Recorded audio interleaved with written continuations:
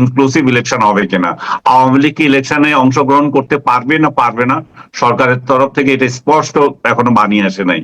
এটা দেওয়া দরকার, কারণ এই আওয়ামী লীগ এবং তার সহযোগীরা এই ইলেকশনে অংশ নিতে পারবে কিনা সেটা একটা বড় প্রশ্ন।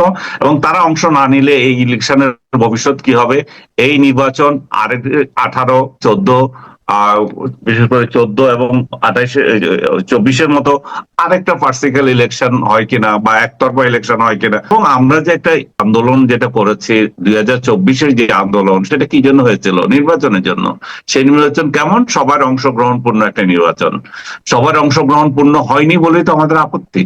সেই জায়গায় যদি সবার অংশগ্রহণ ছাড়া আরেকটা নির্বাচন হয়, আওয়ামী লীগ এবং তার সহযোগী যারা ছিল তারা ইলেকশনে যেতে পারবে না, শুধুমাত্র বিএনপি, জামাত এবং এনসিপি যার এখনো নিবন্ধন হয় নাই তারাই ইলেকশন করবে, তাহলে মানুষের মধ্যে এটার স্বতঃস্ফূর্ততা কতটুকু থাকবে সেটা নিয়ে প্রশ্ন দেখা দেয়। এবং এটা লেজিটিমেসি নিয়ে পরবর্তী সরকারও এটা ভুগবে। যে জুলাই সনদটা আসলে নিয়ে আসল মূল গলদ। সনদটা কি রাষ্ট্রের সিস্টেমের পরিবর্তন, না ভবিষ্যতে তাদের যে নিরাপত্তা এবং বিচারের হাত থেকে তাদেরকে বাঁচার জন্য একটা সাংবিধানিক যে গ্যারান্টি চায় তারা, সেই গ্যারান্টি এখানে দেওয়া হচ্ছে। এখানে দেখেন তাদের মধ্যে একটা ভীতি কিন্তু কাজ করছে।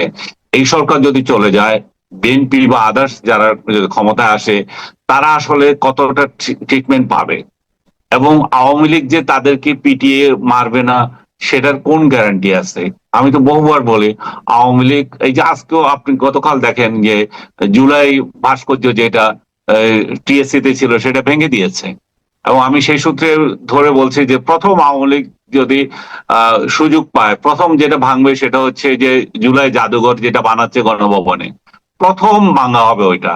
আপনি খেয়াল করেন এটা।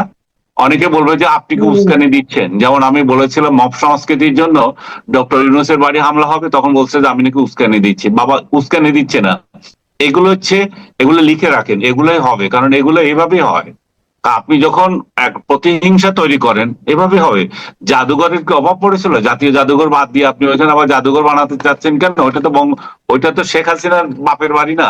ওইটা তো যে কোনো প্রধানমন্ত্রী আসবেন তিনি সেখানে বসবেন, সংসদের পাশে এবং প্রধানমন্ত্রীর কার্যালয়ের পাশে। এখানকার সংস্কৃতি, এখানকার প্রতিহিংসা এটা বাইরেও চলে যাচ্ছে।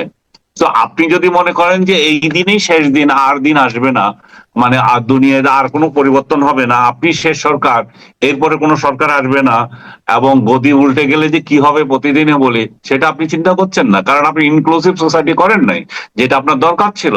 সবাইকে নিয়ে ইলেকশন করা, অপরাধী তাদেরকে সাজা দেওয়া এবং দেশটাকে এগিয়ে নিয়ে